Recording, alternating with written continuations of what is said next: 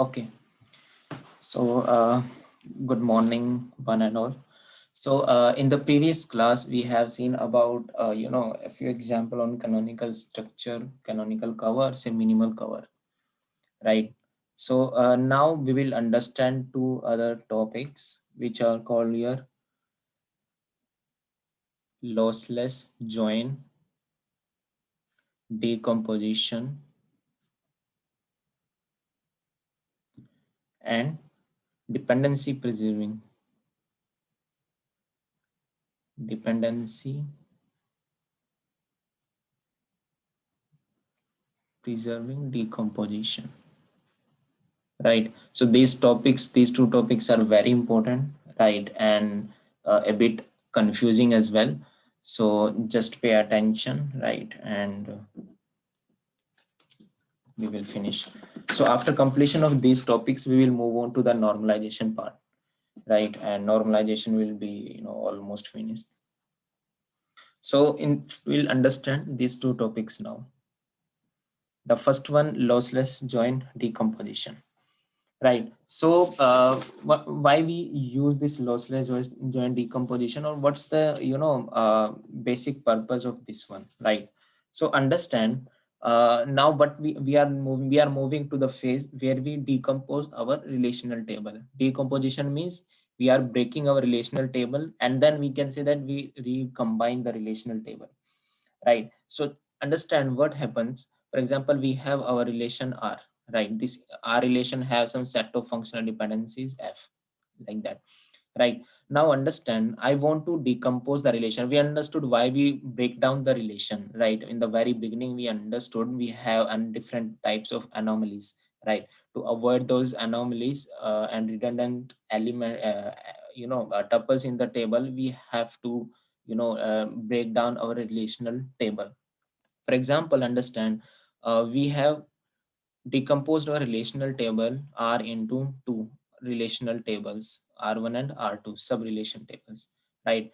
They have their functional dependencies F1 and F2 corresponding, right? So this is what called your decomposition method here so far, right?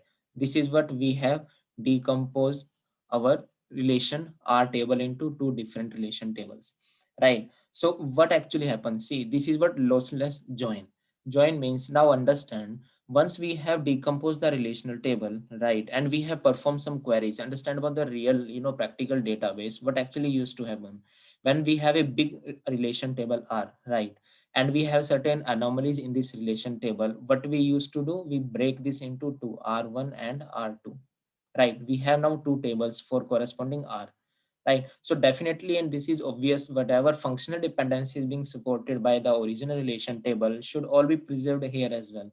And this is called a dependency preserving that we will do later, right? So when we break down our relational table into two different relational tables, right? So our original relation table we have removed from the database now, right? Why? Because obviously we have break down the relation table. Whatever data we have in this one is split it into two different tables, right? So keeping both of them is obviously it's not feasible, right? Consume a lot of memory storage and all. So once we have removed this table, right, we have got this two table instead of the first one. And we have, why we have done this? To remove the anomalies part, right? Now understand, let's say after some amount of time, we want to again join this relation table, right? We again require to join this relation table. So what we will do? Perform the join operation, right? So it can be any join that we have already seen as a part of query and relational algebra, right? But the thing is, whatever a join operation will perform, right, there should be no lossy join. The join should not be lossy, it should be lossless join, and this is called a lossless join decomposition. Understand, when we will join the relation table, right, there can be different scenarios we can have. For example, we have some values in the in the original relation table, right? In the When we'll join the relation table, we may have we may have different conditions. For example, on joining the relation table, we can have some extra, some extra rows over here, means database size can be increased, right, in this way, right? So there can be various other scenarios. To avoid those, we have to take care of if of something, right? Some points we need to take care of, so that our whenever we will join, right, we should be getting the exact same table that we were having previously in the original table, right? If we join in such a way, then we say it is a lossless join, right? So understand lossless join decomposition, right? So we performing the decomposition, and then we perform the again join over here for same relation, getting same relation R. This is for joining part.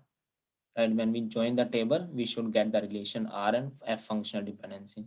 This F should be a union of F1 and F2. This will see in dependency presuming, right? So this is the reason why we perform the join, and right, and it should be lossless join to avoid some extra rows over here, right? And this way, so we will understand what are the a few points that we need to take care of during during performing lossless join decomposition. Sometimes this is also called as we can say non-additive decomposition.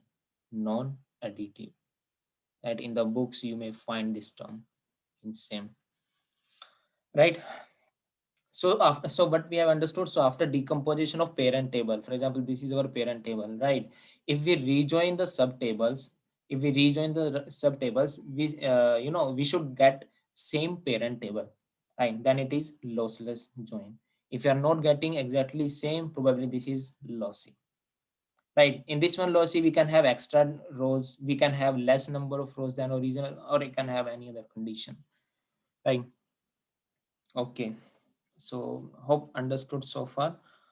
Okay, now see, I'm writing a few points now and will explain you side by side. The relational schema R, for example, R is our relational schema, right? And with let's say with instances R, for example, R are some other instances. Instances means the set of attribute, you can say, decomposed into some small sub relations, for example R1, R2, and so on till let's say Rn. These are what sub relations, right? So what generally happens in general, right? So what generally happens in general, R1 natural join, R2 natural join, and so on till Rn, right? All these tables performing the natural join superset of a relation R, right? So understand.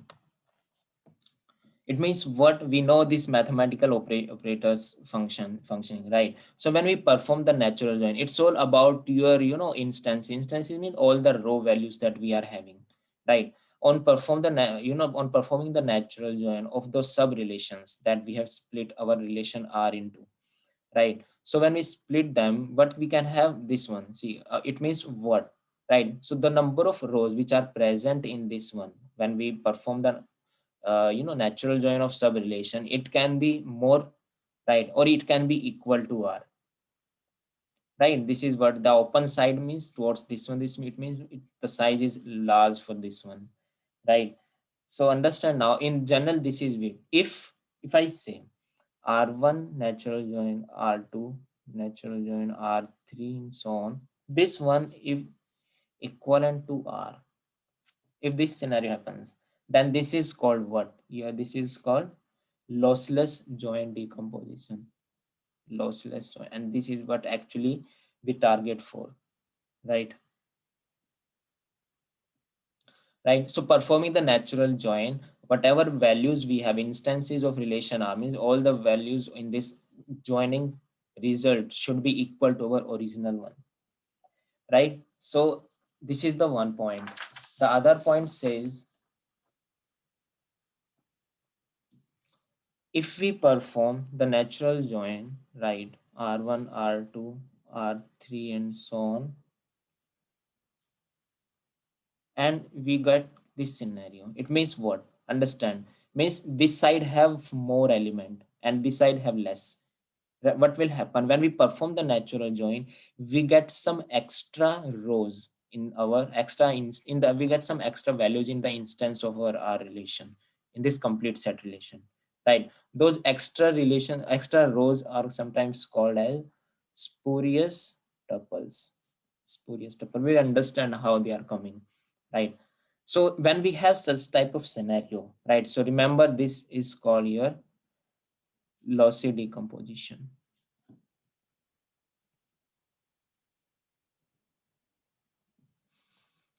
Right, so we need to take care of these 2 points over here. It should be lossless join, it should not be a lossy decomposition, right? So let us understand with the help of a small instance relation. Let's say R, we have split into R1, right, and having R1 as the instance, R2, and this way, right? So if we say R1 natural join R2, and this is equivalent to your R for this relation, R is an instance, right? Then this is what your lossless join. So far we have understood, right? So if R1 natural join R2 is superset of R, means contains more element, right? Then this is what your lossy join, right? Okay, can we think of like this one? We perform R2 and we have this scenario. Is this can happen when we, when we perform the Cartesian product, because natural join is what conditional, equality conditional on your cross product, right? So when we perform the cross product, can we say that we our some rows will left? Obviously not, because in cross product we already know A and B we have, right, and 1 and 2. So in cross product every element is joined with every other element of the set, right? So obviously there will be minimum of 2, right? Or you can say minimum of 2, obviously, right? We can have for 3 elements, we can have 4 elements based on other conditions. So we cannot have the less, instances cannot decrease when we perform the natural join. So this is not possible, right? So this is what we have, as a part of your lossless join decomposition, right? So let us understand this with the help of taking an example. This is what the theory is, the definition part for your lossless join, right? Okay, so let's understand. Okay, so understand now. Let's take an table in which we have 3 attribute ABC, and I'm taking some random values. For example, ABC and 66774545. Okay, so for example, this is our table, right? So here, by looking over here, we can say, what should be the key? A independently cannot find out. A with B, no. 2645 cannot differentiate. But A with C, we can say, means AC is our candidate key in this table, right? A and C combinedly both uniquely can identify B value over here, right? Now understand there is some flaw in this table. We have seen we have some independent set of instances over here, that is 2 and 6, right? 7 4 and this way. So let's try to eliminate this, and meaning what, let's try to decompose this table into two different set of table, that is, let's say R1, right, and R2. Now let's say I have decomposed the table R1 into A and B part, and R2 into A and C, for example, right? So I need to take the values from the above table, right? So we take the values for A and B, we have 2 6, we cannot repeat, right? We have removed that in 3 7 and 4 7, right? For A and C, we can take the values 2 and 4, right? 2 5 we can take, right? 3 4 we can take, and we can take 4 5. These are what the values that we have over here,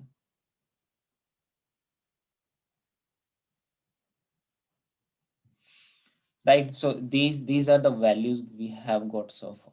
Now let's try to perform the natural join between these R1 and R2, right? So natural join, we already know the natural join happens on what, common attribute, right? And the common attribute is A over here, right? So when we perform the natural join, right, so that's what R1 natural join R2, what we are going to get, let's see, ABC, that's fine, we will get, right? Now, okay, let me know.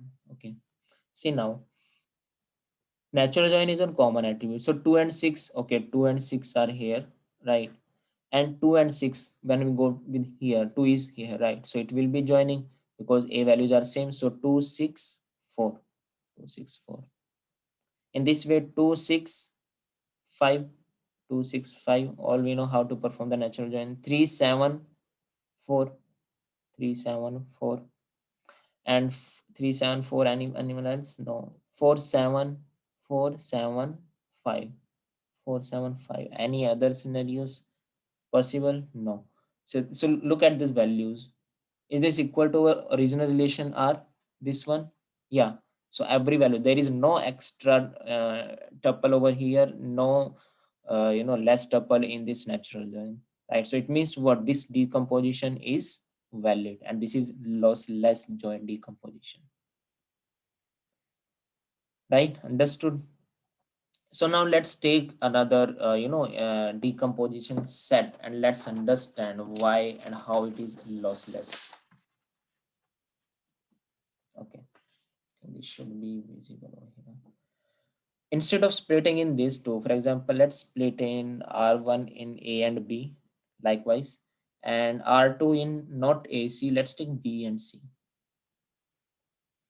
right? And let's take the values over here. Same for A, that is 2 6 3 7 and 4 7. But for B C we have 6 4 by looking at the table, right? 6 5. I am I am taking these values from this original table, right? So don't confuse. 7 what? 7 4 and 7 5. That's fine.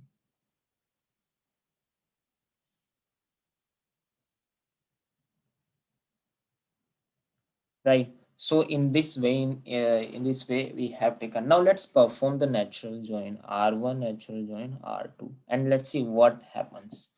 Right. So obviously we are going to get A, B, and C. Now see, uh, the common attribute is common attribute between both the tables is your B. Right. So we'll perform the natural join on R1 dot B equals to R2 dot B. Right. So what we are going to get the first value 2 6. That's fine. 2 6 4. Right, then 265, let me write fast. Then 374 and 375, right? 37 and this 5. And we have 47, 474 and 475. This is what we are going to get. Now have a look at this one. Right. See, uh, this was our original table, right? And this is what actually we got when we took R1 and R2, we have decomposed R1 and R2 in this way, right? Our value was 264. Okay, 264 we have, 265 we have, 374. 374 we have, but where is 375? From where this came? 474 from where this came, and we have 475. But see, we have two additional rows over here, and these are called your spurious tuples, right? And why this happens with us, right? Why not even the previous example, the previous instance, the breakdown we did, right? So try to understand in this scenario when we perform natural join R2, we got what? More values and R. So this is what happened with us, right? So in this way we understood we can have more values, right? We cannot have less value, or we can have equal to values. That's what lossless join, right? Understand why this happened. Remember, when we perform the decomposition rules, right, and we talk about the lossless join, this is what here the rules comes into. The thing is, understand there are few points that we need to take care of right now. Just try to understand in this one. In this one, when we perform the natural join, right, between two decomposed tables, right, look at the common attribute. This is the key over here, right? The common attribute here was A. Right. So here common attribute was what? A. Yeah, that's fine. In this one, see, in this one, what was our common attribute? The common attribute was B.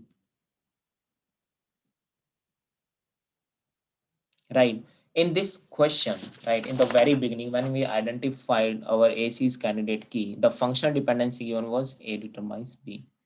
Because for every functional dependency, we'll be having, for every condition, we will be having our functional dependencies and the table over here, right? So A determine B is this valid functional dependency, you can check, right? So we have the A value, we can determine B. That's fine. There is nothing wrong, right? This is one functional dependency set.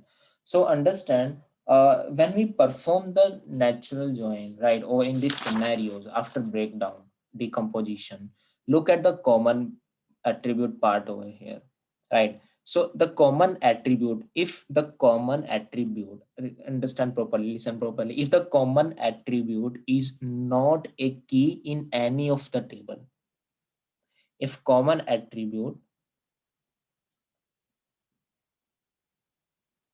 is not a key. The key can be candidate or super key. Is not a key in either of sub-relation. Then it is must and it will be lossy join. Understand? Right? In this scenario, we have B value, B attribute, common attribute, right?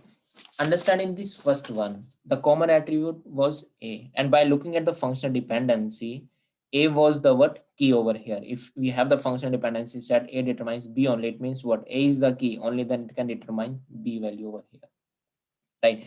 But here there is no key for B element over here, right? So means independently B is not either not a candidate key, even not a the super key, right? So B was here, right? In this one, the function dependency was A determines B for this table, right? And that's what we have here given. But in this one, there was no function dependencies, kind of. I mean, there will be, but B was not the key over here, right? If you talk about the candidate key of the whole table, it was AC, right? There was nowhere B in this, right? So that's why when we perform the natural join of sub relation, we have to take care of the common attribute should be the key part of either of the table. It can be in the both or it can be in the anyone, right? If we perform by looking at this point, then our decomposition will be what? uh, Lossless decomposition, join decomposition, right? So this is what, any doubt, just let me know, right? We'll understand with the help of examples now, right? See, understand, in the questions, more or less, you won't be given this table data over here, right? You will not be having this data, but you will be having the relation R and your functional dependency set, right? And then you will be able to identify, you should be able to identify whether we perform the join, it will be lossless or lossy, right? By here we have just like performing the natural join, we got more tuples, so lossy,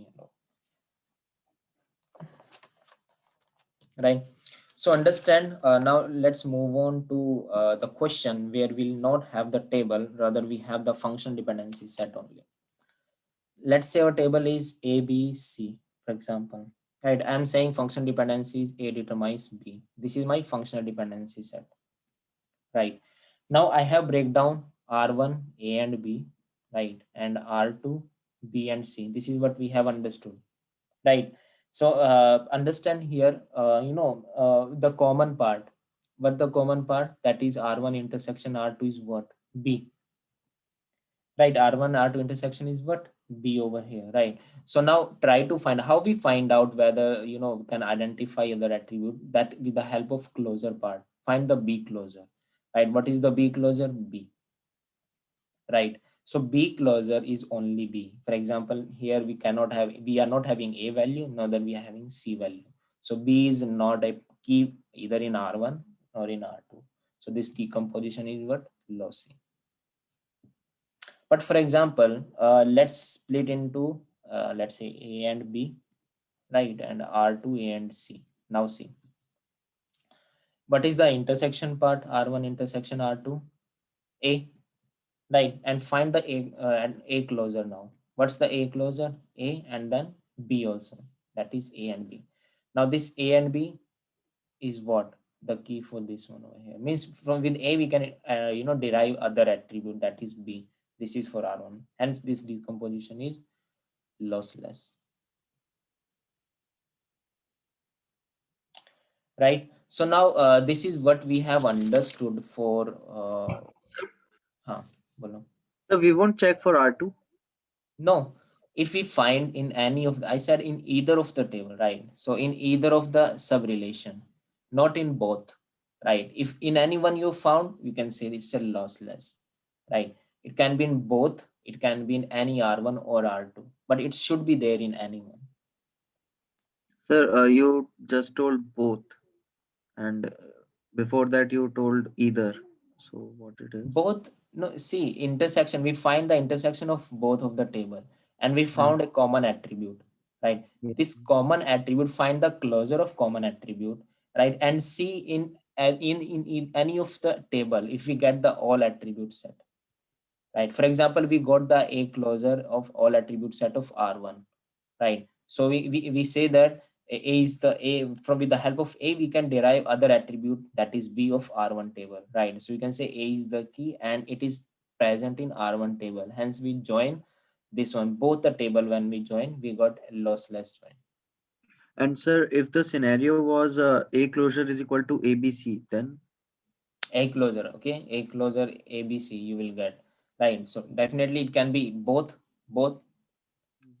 right? We'll see this example also we have, right? So A closure, find the ABC. Probably when will this happen? You can have ABC here and then A and C here, right? So and there should be function dependencies also for this one. Probably A gives C or B gives C in that way, right? So in this scenario, when we find the closure and we got ABC, it means what it is for both the tables. It is true.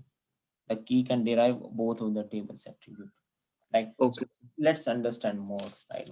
We'll look at the more examples. Will be more clear. Right. Uh, before before that, let me write down what we actually have to see in the questions. Right. So again, I'm just explaining. Right. So let's say given relational schema R, fine, with functional dependency set F. Right. So we decomposed into R1 and R2, right? Sub-relations. I'm saying the decomposition is lossless join, right? If and only if, right? Bidirectional. R1 union R2 should be equal to R. We need to check this condition first. Remember, right? So we'll be given the functional dependency set, right? And we'll be given decomposition is valid or not. So union, first we'll check the attribute set of R1 and R2 is equals to R or not. Right? It means what? No, every attribute, let me just write, every attribute of R should be in some sub-relation. Every attribute of R should be in some relation, right?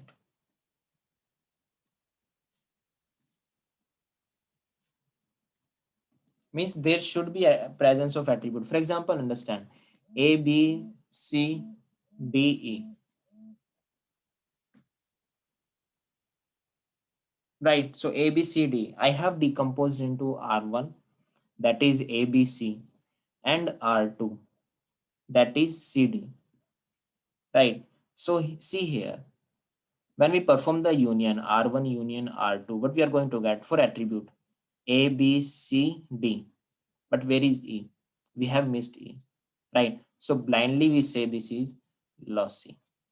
This is the first rule. Right. So perform the union operation of the attribute we have decomposed. At least it should be equal to, means no attribute we should have missing. If we have missed, then this means it is a lossy. The second, this is the first one. The second one is, see, the concept that I explained you about the key part, right? That should be a key. The other way for defining the same thing is R1 intersection R2 should be either R1 or R1 intersection R2 should be R2. It means what the other way of saying this is R1 intersection R2 should not be phi. If this is equals to phi, R1 intersection R2 is equal to phi, then this is what lossy. Means there is nothing common in both. For example, let me take an example. A, B, C, D, E. We have the functional dependencies are A, B gives C gives D, and let's say B gives some E. These are the functional dependency set. Right now, we need to check for the following. For example, I have decomposed into A, B, C, and C, D. Whether this decomposition is lossy or lossless. This is R1 and this is R2. Right. So try to find out ABC, CD. Okay. But before that, the first rule was the union should give all the attribute. E is missing over here. So we say it is lossy. Right. If I say decomposed into, let's say, let's take ABC and DE. Now take the union ABCDE. ABCD. Okay. That's first one is fine. Second one says take the intersection common part. Right. So what is the common over here? We need to take the intersection, right? So what is the common in R1 and R2? Intersection is what? Phi. Nothing common. Right. So if the intersection is phi, it is lossy.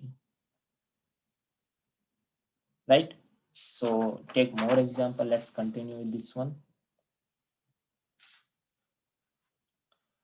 Let's take decomposition A, B, C, and C, D, E.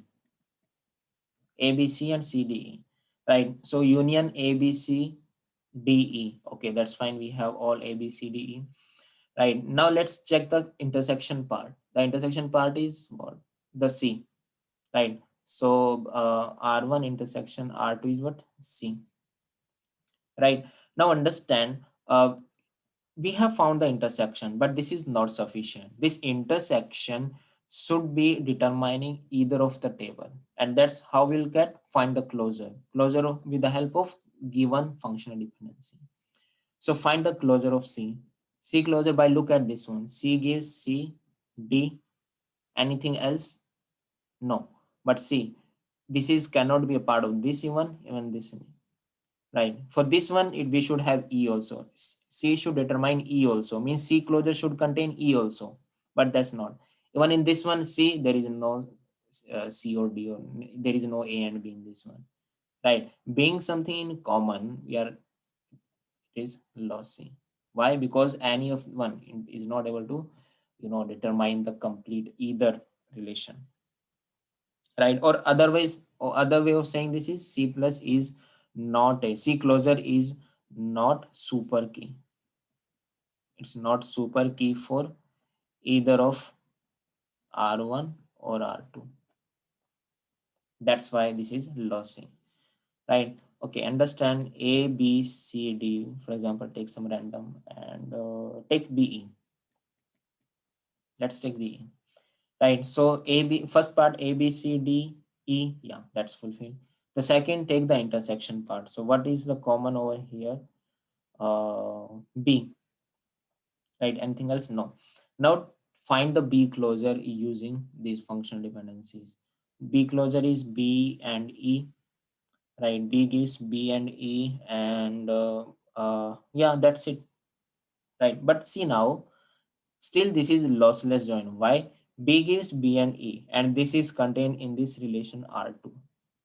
So this B is what? B is key, candidate key, even super key, whatever you can say. B is key for R2. That means what? This at least for one, either of one, it should be the key. Then this is lossless join.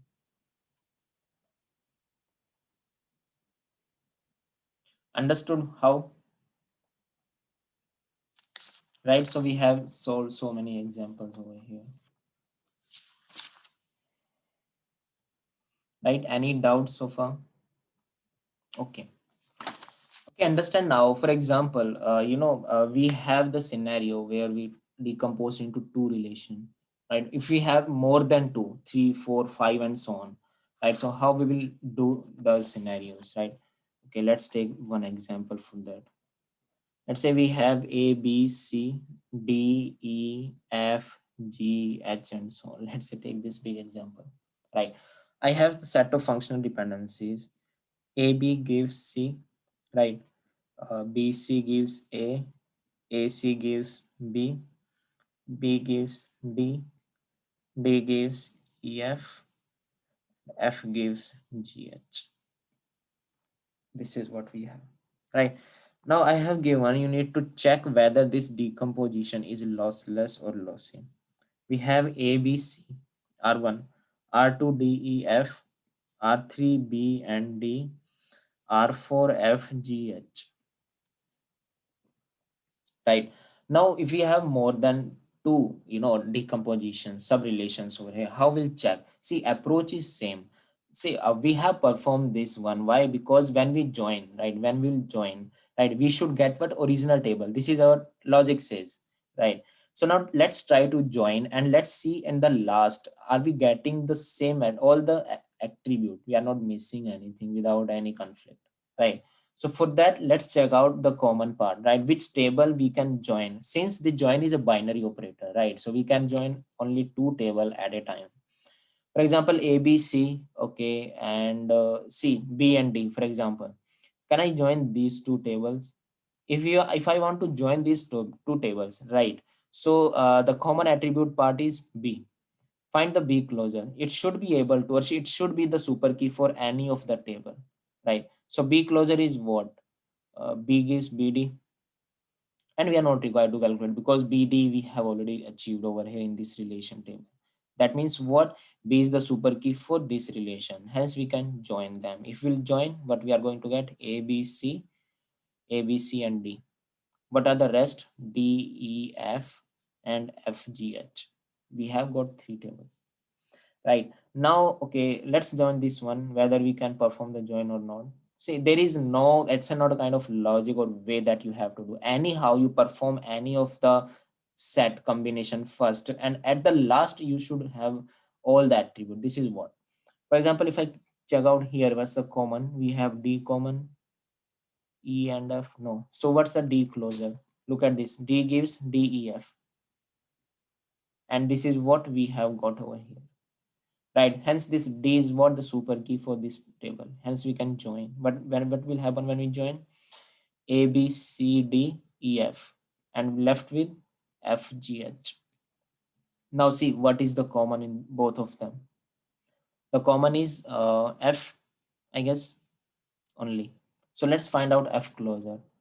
F gives GH, and see this is what we have in R2, this relation. Then hence we can join A, B, C, D, E, F, G, H. And see we have got all the attribute A, B, C, D, E, F, G, H. Hence this decomposition is lossless joint decomposition. Are you getting?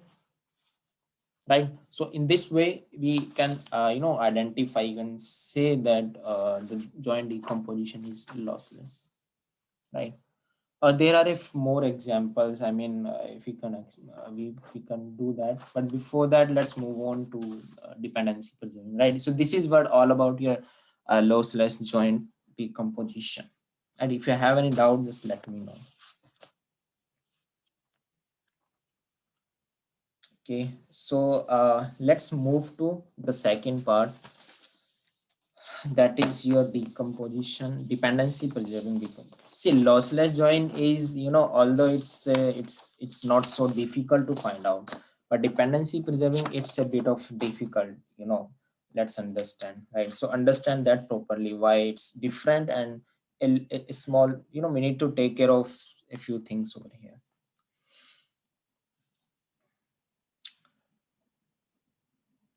Dependency preserving decomposition.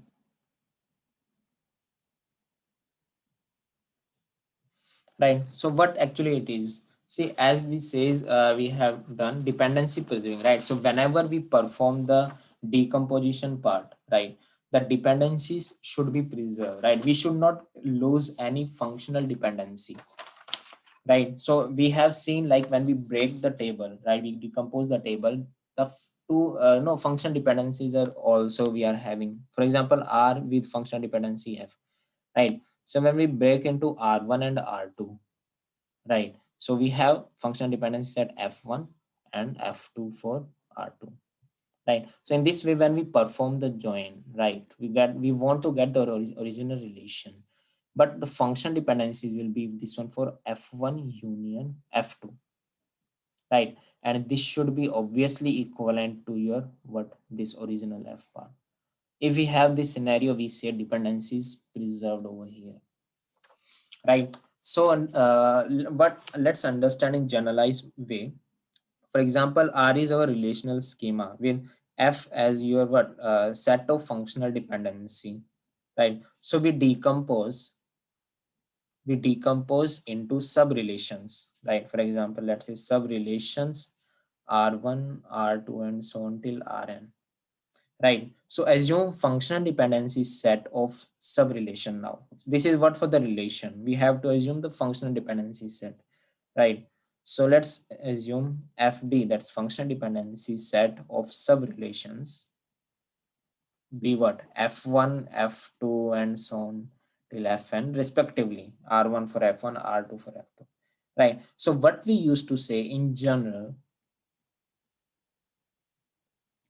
the union part F1 union F2 and so on till Fn, union Fn, the union can be subset of F, right? So understand, there is a small change, it's a difference. I mean, don't confuse in that. Most of the student used to confuse, I have seen, right? Understand now, if this is single if F1 union F2 union and so on till Fn is equivalent to your F, we say dependencies preserved, right? So when we perform the union, the function dependency set should be able to equals to the original functional dependency set. Directly or indirectly it can be, right? We'll see that with the help of example. But if we perform the union, right? If you perform the union, and this is what subset of F, right? It means what? See, try to understand. When I say this is the subset of F, right? So the functionalities of the subset are same as our mathematical. Means when we perform the union operation of functional dependencies, right? We got some functional dependencies which are obviously in our original functional dependencies. But a few functional dependencies which were in original functional relational table are missing over here. Means there is no equality condition, right? In this it means what, when we perform the join, right, when we perform the join, we have missed out some functional dependencies, right? So that is what called here not dependency preserved,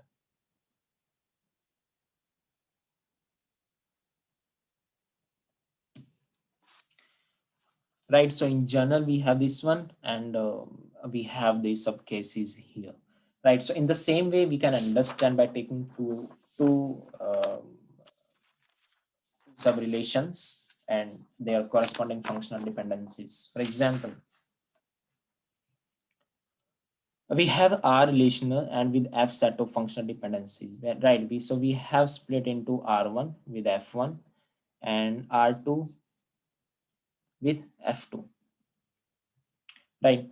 So when F1 union F2 is equivalent to F, we say dependencies preserved, right? F1 union F2 is subset of F, then not dependency preserved, right? But see F1 union F2 sub superset of F, can we have in this scenario? Again, this scenario is also not possible in real life situations, right? So understand this, we'll see how these three conditions are working, right? Okay, let me give an example over here. We'll understand first in which we are preserving the dependency, right? Then we'll see. Yeah, any doubts so far? Yes, sir. See? The when we are making the union, or we are talking about the functional dependencies, are we considering the closure cover, or the original functional dependencies which provided in the question? The functional original functional dependencies here, right? So these Not f1 the f2 shortened one, right? f1, see, the thing is, in the given scenario, right, in the original before decomposition, we are going to have this one only, our relation and functional dependency. Then from where f1 f2 came, right, we'll see how and from where f1 f2 came, but these are also part of this only, right? Okay. So sometimes when we perform after making this f1 and f2, when we perform the join, right, so there is a small closure is there, right? We'll understand with the example. But when we join this, right, when we join both of them, are we going to get the same or not? This is the scenario over here, Okay, sir. right? So let's see, for example, in a very basic example, let's try to understand. We have a relation R, A, B, and C, right? So functional dependency set I have given is something like this. That is what actually f original for R for f. Let's say A gives B, B gives C, and C gives A. Simple one, some random, right? Now I'm saying that or say, let's say we have decomposed this R into R1 and R2, right? Where it is A and B, and let's say it is some B and C, for example. Right. Now let's to find out the functional dependency set over here for this table and this table. How we will find out? See, functional dependency set will be F1 and this will be F2 for this one. Right. So see, for this table A and B, right? So what are the we need to identify everything, every possibility. For example, in this table we have two attribute A and B, right? So we can have the functional dependency like this: either A gives B, or we can have B gives A. Yes or no? Right. So how we find out this one? For example, see here, find the closure of every single attribute. But and using this one, right? Here, A closure is what? A, and that is what? B, right? And then we have C also, for example, you can say. But we are not dealing with C because C is not present over here. But it means what? With A closure, we can identify B. Yes or no? It means what? A gives B is a functional dependency, right? Now check out for the second one. Find the B closure. The B closure gives B, right? And it gives C, and C gives A. See here, B can give A also, right? It means what? B gives A is also a functional dependency, right? See, this function dependency is not present over this one, but we can get this function dependency from this one. Why? The transitive Armstrong axiom is so, right? A gives B, B gives C, and C gives A, right? So we can say B gives A. So this is what we actually over here, right? And this is supported in this decomposition. Now same goes for here. We can have two possibilities: B gives C and C gives A. See, understand, this is very small example, right? So when we have more set of attributes and functional dependency, don't write this first. First find the closure of every independent, or say every possibilities, right? So find out B closure. Again, from B closure gives C, right? So we can have C. So this is correct. And C closure, can we get C A in the C closure by looking at this one? Yeah, the direct functional dependency, that is C gives it. So this is also, this is what we have, F1 value we have find out, F2 value we have found out, right? See, these values, understand, these values we have calculated are based on our relation table. Means how we are splitting the relational table depends on how what functional dependency set we are getting. If we have decomposed into some other way, definitely our functional dependency would be changing, right? So based on this decomposition, we have these functional dependencies. But now the thing is, so far we have reached to this scenario. From RF, we have split into R1 and F1, R2 and F2. Our motive is when we join, right? When we join, performing the union F1 union F2, this should be equivalent to F. Now let's join and check out whether we are going to get the same or not. Isn't there any function dependency missing over here? In this one, missing in this one, which is a part of this one, right? So see now, okay. So now consider all the functional dependency set F1, and because we need to perform the union, right? So we have considered all those. Now identify and check for each of the attribute for this one. Means find the closure of this one from the functional dependencies. A closure. What is the A closure in this one? A gives B, right? A gives B, and B gives C, for example, and C gives A. That's fine. But A gives B, for example, A closure. The first was A gives B. Are we having these functional dependencies preserved in this one? Yeah, this is preserved over here,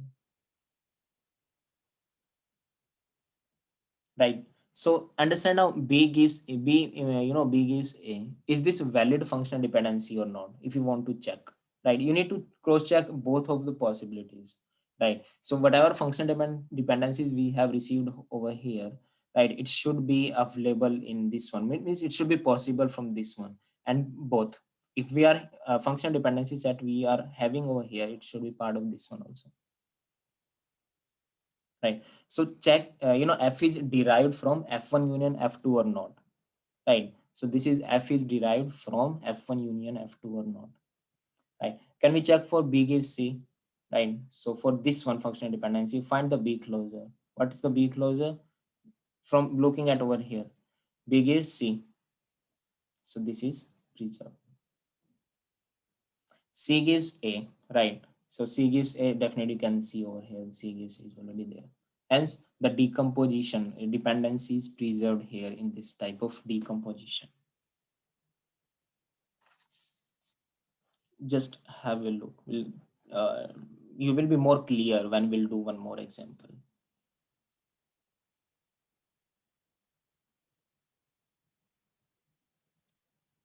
right?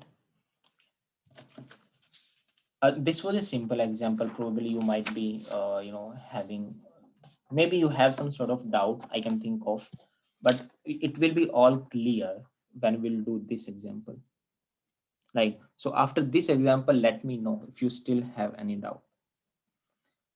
Let's take ABCD now, right? The functional dependency F is this one. AB gives CD, and let's say D gives A. That's it, right? And we have decomposed, right? So it's given that you have decomposed into this one. You need to check out whether this decomposition is dependency preserving or not, right? So it's decomposed into this one: ABC, AD, and BCD. This is the decomposition, right? Now see, R1 ABC, R2 AD, R3 BCD. Okay, let's try to find out F values for corresponding relational tables, right? So see here, again, same. I told you, don't start with any functional dependency. Find the closure first. A closure we can find B closure independently, C closure. See, this is just for making you understand. I am taking every possibility, but once you have some sort of practice, right, you will be easily able to find out directly what are the possible functional dependencies, right? Understand A closure, right? Find A closure from the given functional dependencies. A closure gives A only, right? Nothing else. B closure, B only. C closure, C only, right? Our motive is identify those closure which can identify all the attribute of this relation. Yes or no, right? So how we will find out? By taking the help of this function dependency. None of ABC is able to identify all the attribute, the closure, right? Let's move on to AB closure now, right? So AB closure, what AB gives AB, that's fine, and CD. So see here, we have received ABC set over here, which is required, right? So means AB, AB collectively can identify C.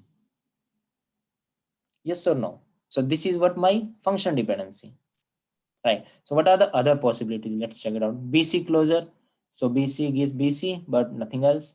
And AC closure gives AC, nothing else. Hence, we can say that ABC, this is my valid and one single functional dependency for R1 table. Understood? Any doubt? Right? Let's see this one. Find closure A and D closure. Right? So A closure gives A and D. See here. Oh, sorry. No, nothing. Only A. Right? And D closure gives D and it gives A. So we can say what should be the functional dependency over A gives D or D gives A.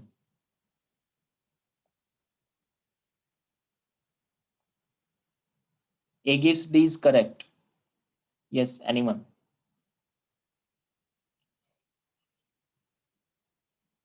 Right? If you have understood, you can just say what should be the functional dependency for this one, for this R2 table.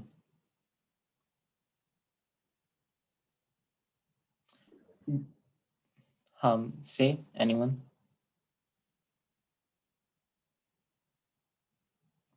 Okay, fine. So see, understand D closure is identifying A here, not A closure. So D gives A. Right? For this one, B closure, C closure, let's find D closure independently. So B closure is B, only C closure is C, and D closure is D and A. Right? But C, B, C, D still not fulfilled. Now let's check BC closure and BD closure. For example, BC closure. Okay, BC and with BC, can we identify anything? No. Let's have BD closure. From BD, D can give A and AB can give CD and C. So see, BD with BD we can get C here. Hence B and D collectively give C. This is one function. Right? So we can identify a rest, there is no other possibility. So these are what three possible functional dependencies for R1, R2, and R3 in this way. Right? Now see whether this decomposition we have split into F1, F2, F3 is dependency preserving or not. Right? Now check out for the first one. Are we going to get this functional dependency from union of all those?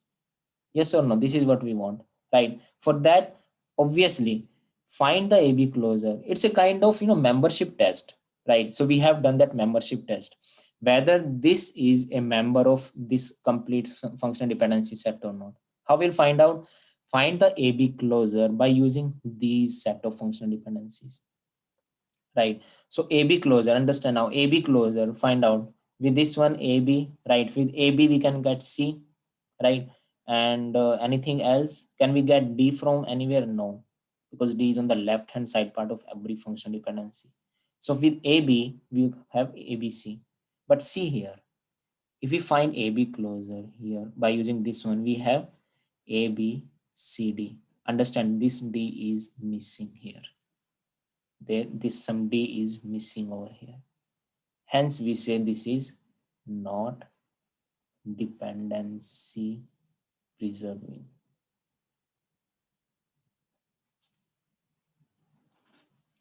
Understood now? Any doubt in this one, just let me know.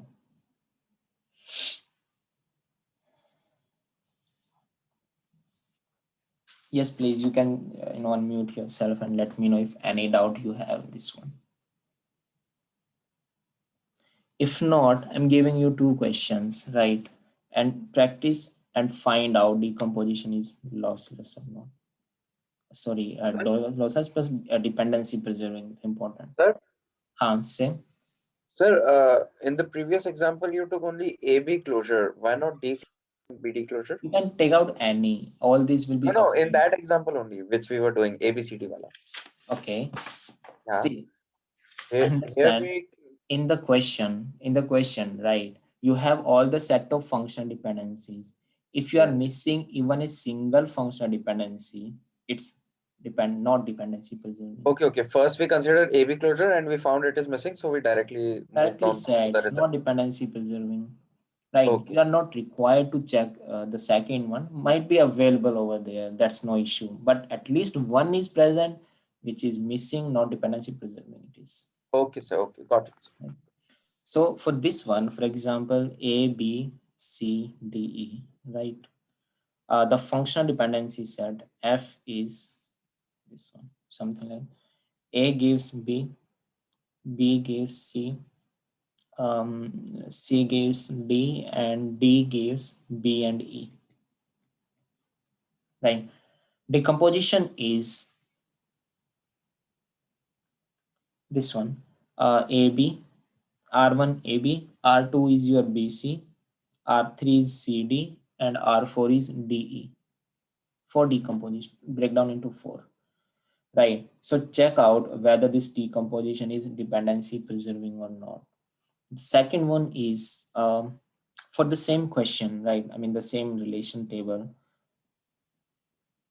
A, B, C, D, E. The functional dependency set is something like this. AB gives C, C gives D, D gives E, and E gives A. Right. The decomposition is A, B, C, R1, R2, C, D, and R3, D, E.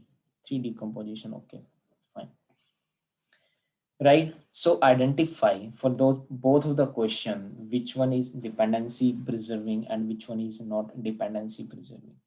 Check out for lossless also, right? You can identify for combine, right? For lossless, combine and check whether we are going to get the same original set of attribute or not for the original table, right?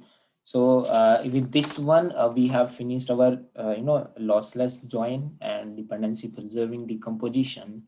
In the next class we'll start from our normal forms, right? So in normal form, actually, we will be doing with 2 methods, right? The first one is actually we will understand whether, given scenario is in one normal form or in any normal form or not, right? We'll check whether it is in normal form or not, right? Given set of functional dependencies. And the second part, we will see if we are given some relation table, right? How we are decomposing into 1NF, 2NF, and other normal form. First we'll check and then we will decompose in 2 part, right? So and with this one we will be finishing our this part, then we'll start transaction process. Okay, so that's it for today. Let me know if any doubt in this one. Yeah, okay, let me Sir, stop. that doubt which I asked